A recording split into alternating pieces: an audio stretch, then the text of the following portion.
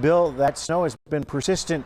What have you been observing since you've been there since earlier this morning with how the road conditions are? Yeah, good morning, Tom. Certainly slippery road conditions, and really the lesson here is it does not take a lot of snow to make a big impact on the morning commute. In fact, take a look at some of this video we shot. This is just over the last couple of hours. Slick roads, side streets much worse than the interstates.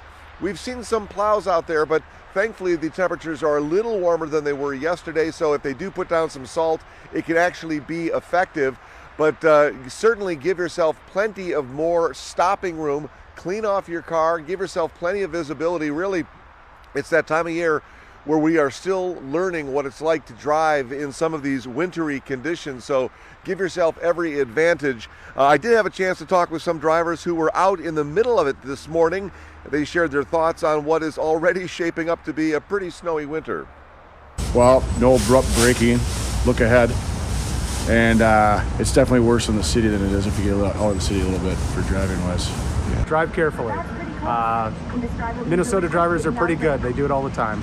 I've been waiting. I like the snow, not the cold, but I do enjoy getting to experience winter here. Yeah, again, not a lot of snow so far as volume is concerned, but it does not take much to have a big impact.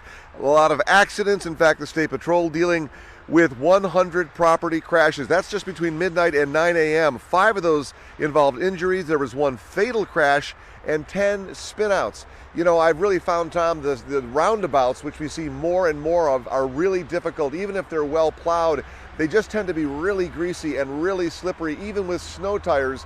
So again, give yourself every chance to make it where you're going without at least a fender bender.